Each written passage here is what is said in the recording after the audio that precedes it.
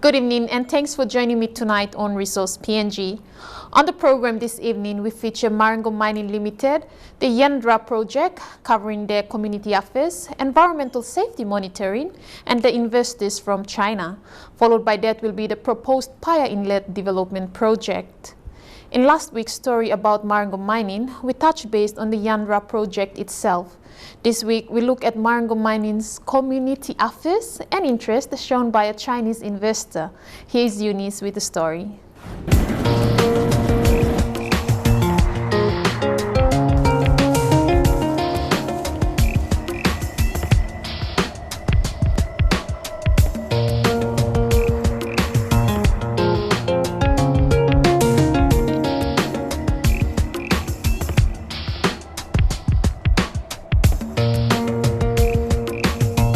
The Yandra project in the highlands of Madang is a place that was built by the Genda people. This skilled labor is remarkable that even their project office looks like it's part of the village with the array of flowers lining their footpaths. Frog Camp is no exception. The people have made this exploration project theirs. Listening to them speak, one will notice that they refer to it as our mine or our project. That is how close to their heart this project has become. Before long, 2005, Marigo been come inside. Me come up chairman below display Marigo. 2005. Me look at him display company coming up long 7 player. Me look at him display company. Me play stop here. Me look him plan the service company bring him. Now me look him plan the something he send his finish. Also now me I'm a master display Marigo company. And we want a good company come inside. Now by me play running this project go me play naplo come up mine. Also now me talk big play thank you true blow me kolong Marigo na Mr. Les Emery.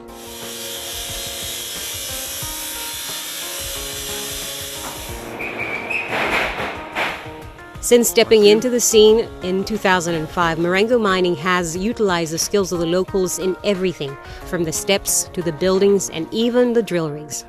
This project is as much theirs as it is Marengo's, and the company likes it that way. Marengo Mining Limited's managing director and CEO Les Emery described their management approach as a very flat structure. Everyone in their Perth office has to see what the project in PNG looks like, and every director on the Marengo board has been to the village. We have a very flat structure. The management in Perth, the head office, I'm the sole executive director of the company, and I have a set of managers, a group of managers working under me who are given a high degree of autonomy. And then leading on from that, the PNG part of our activity, which is the most important of our activity, is run very much as an independent operation. On site we have a project manager who is effectively the captain of the ship at the Yandra project. We run an office in Madang where the administration is managed, and the head office in Perth is really the parent company that overviews all of the activity, and with regular visits from myself and other management staff, then we work as a team. But within PNG, our focus has always been to maximise the number of PNG nationals who work for us, and we're very proud that we have really a handful of expats working for us. That will increase as the project develops. And I guess the other aspect of our management style is that we all spend a lot of time on the ground, and the best way to understand what's happening and also understand what the problems of the people are is to be here and listen to them and talk to them. The company has sourced most of its workers locally, and it's the way that they believe it should be.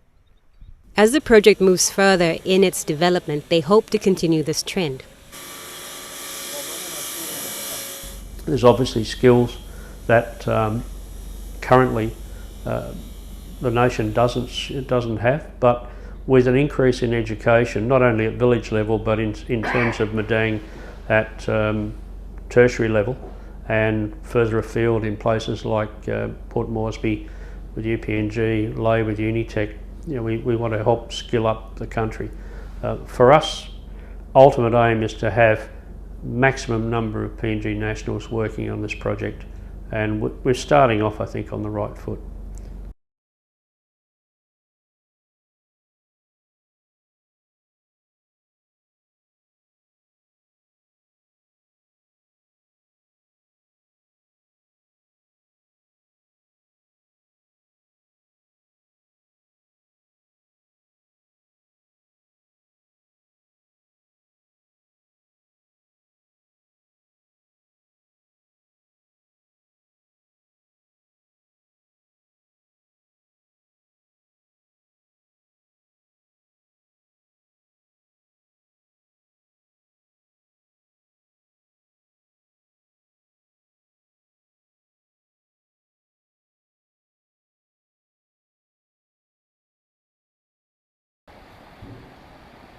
Education in this remote part of Madang has had its setbacks. The local school, the St. Michael's Yandra Primary School, was established in 1979 and has provided basic education for the village children. The school currently has a student population of about 500 with 8 teachers. They start from elementary through to grade 8. This learning institution comes under the Department of Education and serves more than just the Yandra area, but they are still waiting for their subsidy. We are still trying our best to keep the school in place because it is the only school that is catering for most of the kids around this place here. There's no other schools.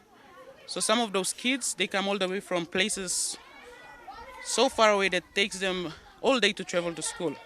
They get up early in the morning around 6 and they come to school around 8 o'clock. So it's a problem to us, but we are worried that we should keep the school running because of this. It's the only school. And after I graduate from grade 8, the only high school we have is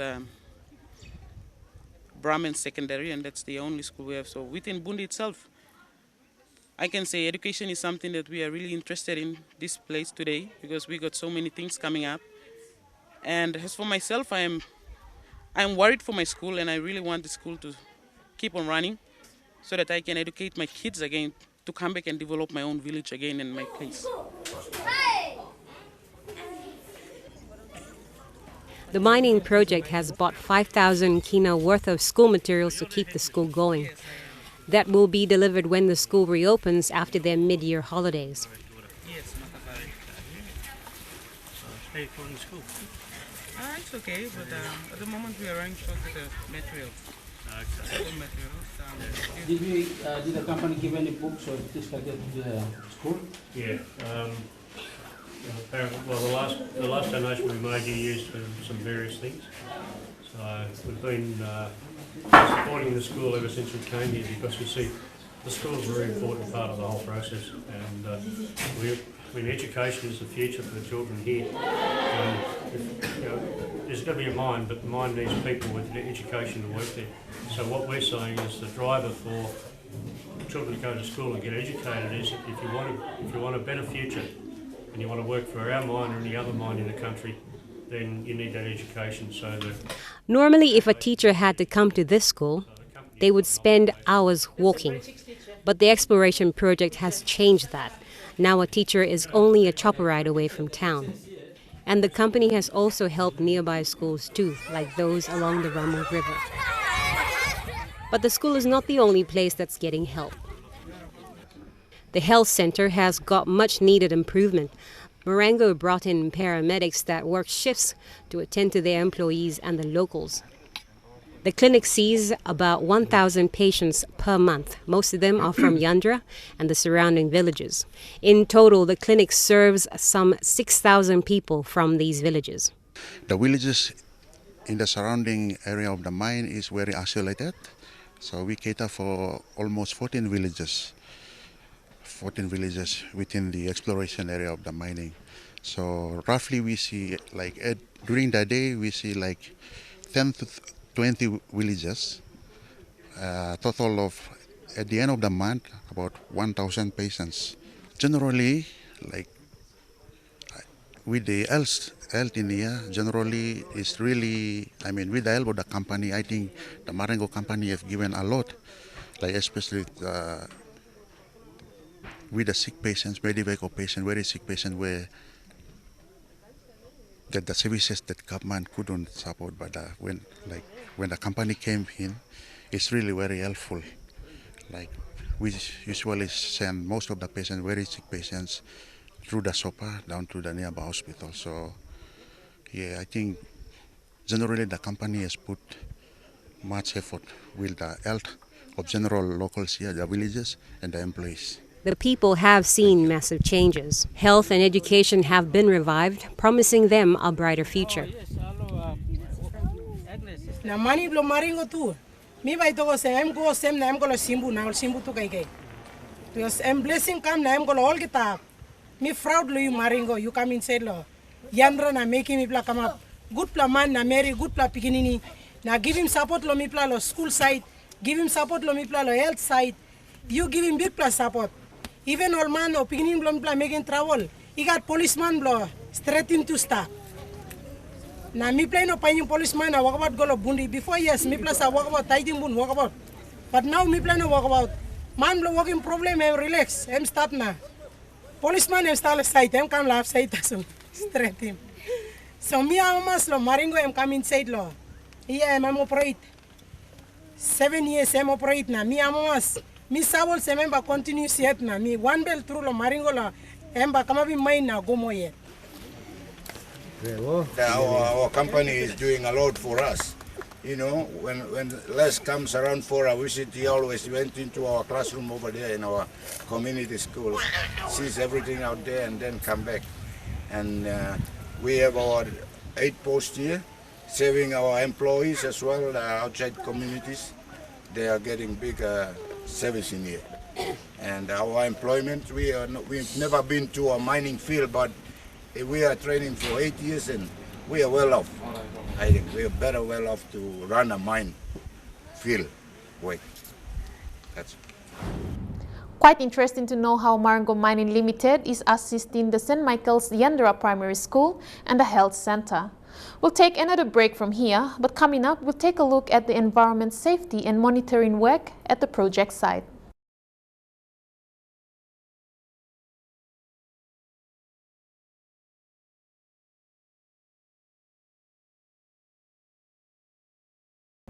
Thank you for staying with us. Well, safety is every mining and petroleum company's concern, and Marengo Mining Limited is no exception.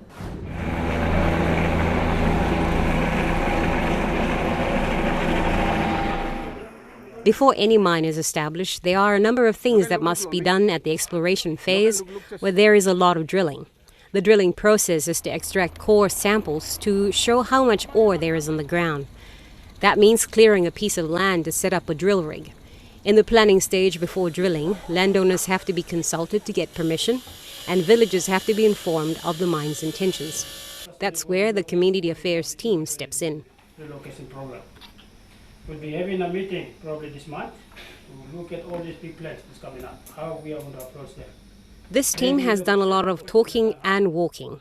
The Community Affairs Lands Coordinator, Richard Bayer, tells us that they have had a pretty good run so far. The biggest achievement for Community Affairs has been minimizing land ownership disputes. We encountered no major problem here as we speak. That's the big achievement we have. We've managed to bring the tribal groups together, all the clans together, and declared a dispute-free project. And they are all for it, and it has been good so far. Since day one we started off, we did not have anything to do with land. The landowners, they helped us to document their own land ownership. They told us where the boundaries were, and we educated them on the land ownership in the country. And that has helped us to minimize most of the land disputes so far. Their work has been made a little easier too because of the work of an American anthropologist, Dr. Laura Zima Tamakoshi, who has been documenting the lives of the Gende people since the early 1980s. We've taken an additional approach to land ownership documentation. We've got the land study thing separate, and then we have the social mapping aspect of it. That's where this independent anthropologist came in, Dr. Laura. She has been here prior to Marengo moving into the place. She had the baseline data there, and that has helped us to get everything in order. We've produced some supplementary as well. We've got the Gende book out. We are working on another one. That's promoting our social mapping exercise that we've done for the people, and we believe we've done a very good job.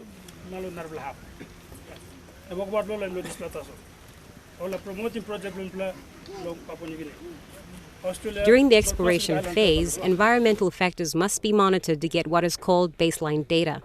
In this case, baseline data is information collected about the environment which can later be used by the company to see whether or not their work has had an impact on their surroundings.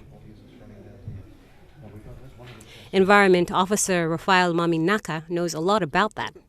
We do a couple of jobs here, all related to environment. Now we do hydrological baseline studies. That is by way of monitoring the water levels. We've got 4 water level monitors, or otherwise we call them stream gauging stations, scattered all over the headwaters of the Imbrum and the Tayo rivers, and the confluence of the Ramu River. That's one. Another job is that we have 13 sample sites. That includes collection of water samples in 13 locations, scattered all over the SML area, including downstream of the Ramu River. In that we collect sediment samples, water sediment samples, or sand sediments. We also do water quality checks, check if there's any changes in the chemistry of the water. We also do water current measurements on the strength of the local rivers around here. Apart from that, we do a couple of other jobs taking care of the environment, meaning that we comply to Department of Environment, DEC's compliance. So whatever we do here must be in line with the DEC's compliance. So Marigo is no exception to any other explorations around the country. We are by law supposed to be compliant with the laws set by the NEC. We have challenges, especially when tracks are built across gardens. That's where we have a lot of challenge, because the people come in here for conversation that is not in line with an arrangement in place. So currently, what the problem we have here is we're using the Governor General's valuous price list, and that I hope will come to an end when an LOA is in place and we negotiate on a fixed rate for the people here. But that is the main concern that we have here, is that we don't have any proper fixed rates for tree crops or whatever we have here. So at this time as we speak, we're still using the Governor, the Governor General's price list. Despite these issues, all departments take their jobs very seriously. Safety comes first. When in potentially hazardous area, hard hats, gloves, safety boots and goggles are a must.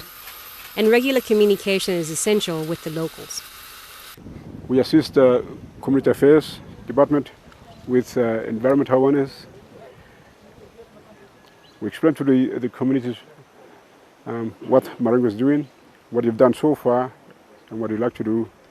So it's part of our job to work in alliance with community affairs to move hand in hand and make the people aware of what we're doing.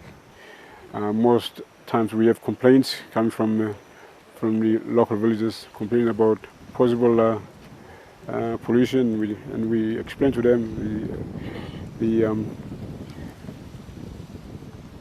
products that we use along the drill pads or drilling activities.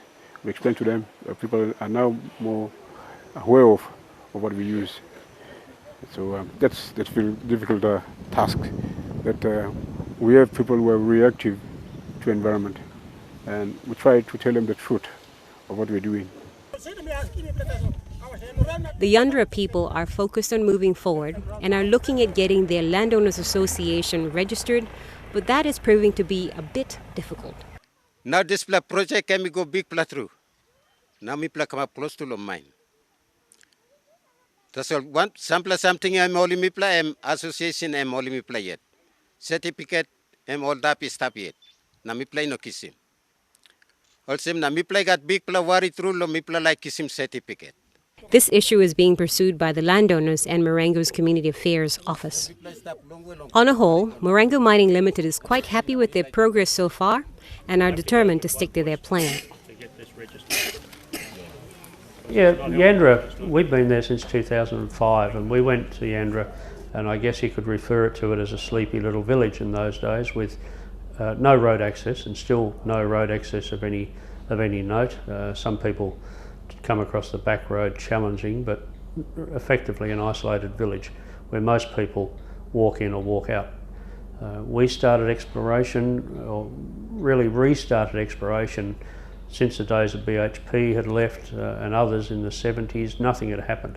So we restarted that process, and we restarted employing people. So a lot of people there was a whole generation who'd never had a real job working for anybody. So we started employing in what I call the village out policy. Basically every job that we have, we tested the village first. If they had somebody that could do it, then they came on board, they had preference. And in fact, one of our first PNG geologists was from the village. Stay tuned. After the break, we find out which Chinese investor is teaming up with Marengo Mining Limited on their Yandra project.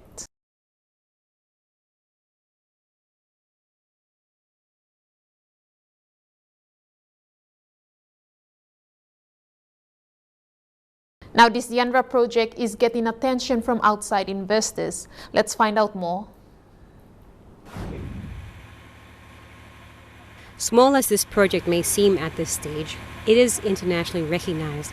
Marengo is registered on the stock exchange in Toronto, Canada, Australia, and Port Moresby, respectively. In order to gain an international reputation in this industry, the company must follow world industrial standards, especially in the way they operate and how they process data.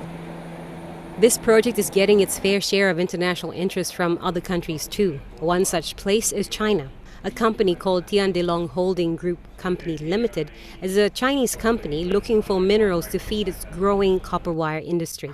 And Marengo's Yandra project seems promising, and the Chinese company is willing to assist PNG in return. You have the natural beauty and the resources. You have the hardworking people, and China has the economy, the development, but requires resources, and I can say Madang also needs the infrastructure and uplift. So by developing the mining project here, certainly will improve those aspects, and it's a win-win for both countries. We are not just here to look for copper, but working together with the Yandra project, China will transfer its capital, mining technology, and experience in management and offer mining-related knowledge to this country. Hopefully this can also be a good example in partnership between the two countries as well as in mining development. Copper is very useful because it is a very good conductor of electricity and heat. It is used in electrical wiring, plumbing, and machinery. China produces a lot of products for these industries, which is why there is an increasing demand for copper. Tiandilong Holdings Group Company Limited wants to expand to cater for this growth. We get our copper supplies mainly from overseas, and China has an annual copper consumption of about 8 to 10 million tons, of which 80% comes from overseas countries such as Australia, Indonesia, Africa, South America, and even North America. We are planning to build a major copper smelter in northern China, and most of the materials for this copper smelter will come from overseas supplies. We are just one of the many Chinese suppliers, and what I'm saying here represents the voices of those companies as well, which is why we are looking for investment and cooperative opportunities with countries and companies that have copper resources, and to get those copper resources developed to supply the market in Asia and also in China. The locals welcome development, but they also want to safeguard their land. No matter what happens, they want to strike a balance. As environment is concerned up here, human life and environment, they work hand in hand. And the least we like to do here is to cause any environment issues that will have a long-term impact. And I've been a local man from here. I like to ensure that whatever we do up here is is in compliance with the Department of Environment and Conservation Act, and we like to be seen as been working with the people, and the people working with us to ensure that the environment is being catered for, looked after, rehabilitated, and looked after, and that is a responsibility to be shared by the people in the around the area plus us. So we'll work as a team and to achieve this.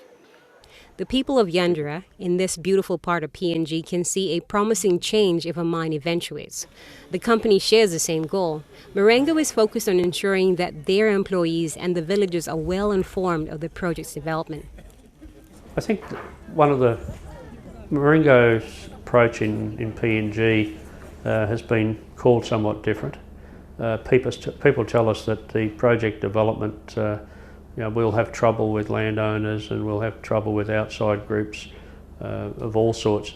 To date, we've managed to manage that well. We haven't been attacked by any serious groups, and I think that we've started off from the grassroots level. We've started off, our best allies are the villagers in the district who want this project to be developed. We have a three-tier approach, and we engage with the villagers on a daily basis. We engage with the Madang provincial government on a very regular basis, and in fact in recent months we now have monthly meetings between the Madang provincial government and Marengo management. And then on the third level we have strong engagement with the national government in Port Moresby. And again, that is done now on a regular basis. We have a monthly meeting of what is known as state team, where all of the government departments who are involved in the development of a project like this we meet with them on a monthly basis. So rather than have to go knocking on every door of every government department, the decision makers of those departments attend a meeting, and we all sit around the table. The next one, in fact, will integrate the provincial government with the national government. So I think the key or secret of a lot of these projects is communication at all levels, and I pride ourselves in being a very open company.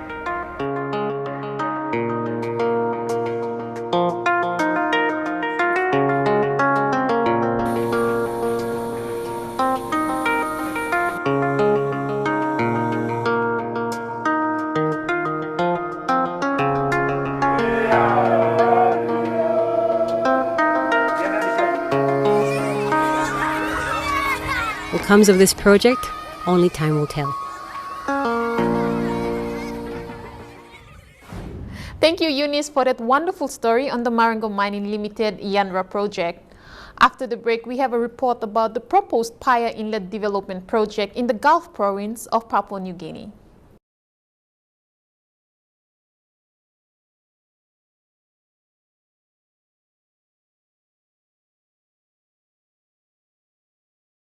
Currently, there is a proposed development project that a local company called Paya Inlet Infrastructure Development Co. Limited is working on. This is a company that was started by the Gulf and Southern Highlands administrations as well as Hela Transitional Authority. Here is a report on that. Wowobo. If you've never heard of this place, you're not the first. Wowobo is located between Kikori and Baimuro in the Gulf province. This coastal village, located in an inlet, is a major focus of a company called the Paya Inlet Infrastructure Development Company Limited. This company has shown interest in this village because this place, according to their assessment, is the most ideal location for a large port. So why should this be of interest? The coastal areas within Gulf province are mostly swampland and floodplains. It is a very sparsely populated province with a total population of about 107,000 people and a total landmass of about 13,300 square kilometers. That's an average of about 3 people per square kilometer. There is an increasing interest in the province because of the potential of the elk and antelope gas fields. This province has been termed as an economic corridor, and rightfully so, as this links the resource-rich Southern Highlands to the coast. In our 10-year plan, the Vision 2020, we have highlighted LNG project as the catalyst to develop, to look at other major infrastructure and other economic development projects out of this LNG project. And some of the major projects that we highlighted will be the road infrastructures. We're looking at the port facilities, also the airport. These are some of the major infrastructure projects that are highlighted in our 10-year plan. We believe that out of the proceeds from the Gulf LNG project will take into account some of these major projects. And I believe in the development forum, these are some of the projects that we'll be looking at. Recently, the government got a 7 billion kina loan from the Export-Import or EXIM Bank of China to attend to major highway links. The 7 billion kina will be spent on 3 different projects. 4 billion kina will go towards the rehabilitation of the Highlands Highway. 2 billion kina will be spent on a highway that will link the Gulf and Southern Highlands provinces. And the remaining 1 billion kina will be used to make a 4-lane highway between Leh and Nadzab. These proposed projects come under the Transport Sector Public-Private Partnership of the Transport Department. And it is the link between the Gulf and Southern Highlands that the Paya Inlet Infrastructure Development Company is interested in. This is a company that was started by the Gulf and Southern Highlands administrations as well as the Hela Transitional Authority. The company's board is made up of individuals that have had years of experience in the public and private sectors. They include the Gulf Provincial Administrator, Ori Mark Iva, Chief Executive Officer of the Hela Transitional Authority, William Bando, and former Telecom CEO, Peter Loco. Lawyer and the company's Chief Executive Officer, Emmanuel Mai, explains their reason for starting up this team. And then nothing much happened. So last year, in September, the O'Neill Nama government passed the second NEC decision that if you like, elevated the priority status of the Paya Port Project and the Southern Highlands Gulf Highway to, as I understand it, equal status with the Okuk Transnational Highway. And the reason behind that is very simple. From Leh to Mendi is roughly 447 kilometers. Mendi is about 197 kilometers, so you can immediately see the difference in the distance. And when you translate it into provision of goods and services, government services, it's a very big difference in the logistics. So effectively, we have been driven by NEC decisions enabling the establishment of both projects. And the Gulf provincial government, being the host province, is taking a leading role in the establishment of the Paya Inlet port development, together with the sister provinces, Hela and Southern Highlands. Still more on this report, and that's right after this break.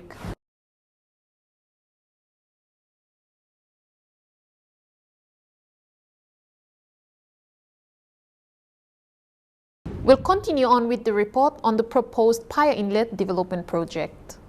Obo is ideal according to the Paya Inlet Infrastructure Company because they say that the location is on solid ground, whereas elsewhere it's mostly muddy swamps.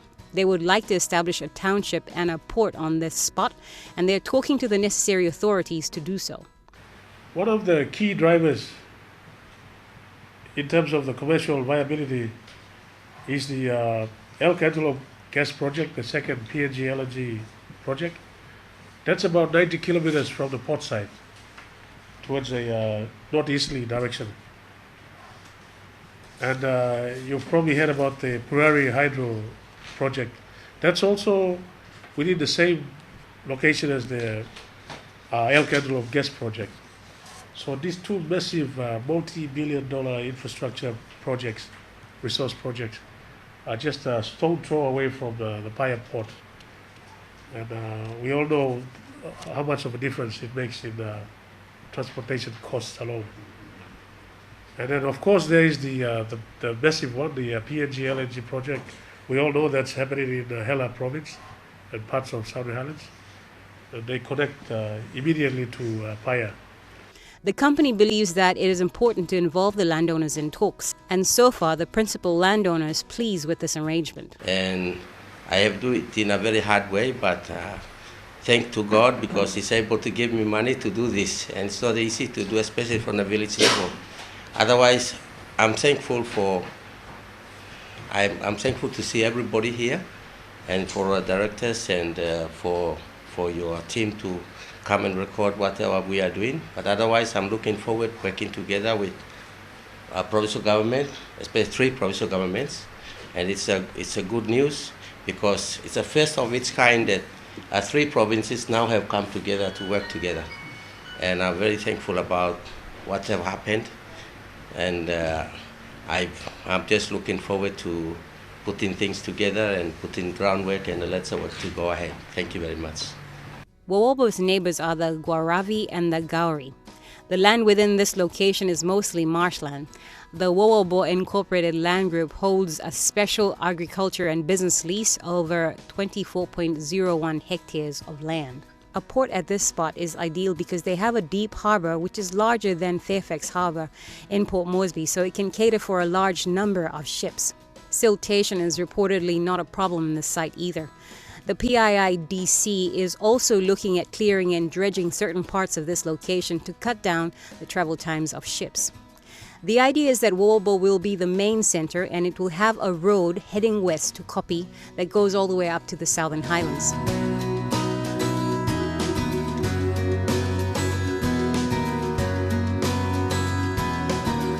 While another road to the east will connect the planned township to Kerama and Port Moresby. This eastern road will also connect the township to the Elk and Antelope gas fields and the proposed Purari Hydro Dam. Currently, there is no road connecting Kerama to Kopi. There are logging tracks and old roads along this route, but much of it are not well maintained. So with these projects, if they off the ground, it will help us to put in our major infrastructures in place. And we have been starved of revenue for many, many years that is not supported the budget. So we believe that these projects will bring forth the most needed revenue that will support us, the provincial budget, which currently we've been heavily relying on the national government grants. And that's all we have for you tonight on Resource PNG.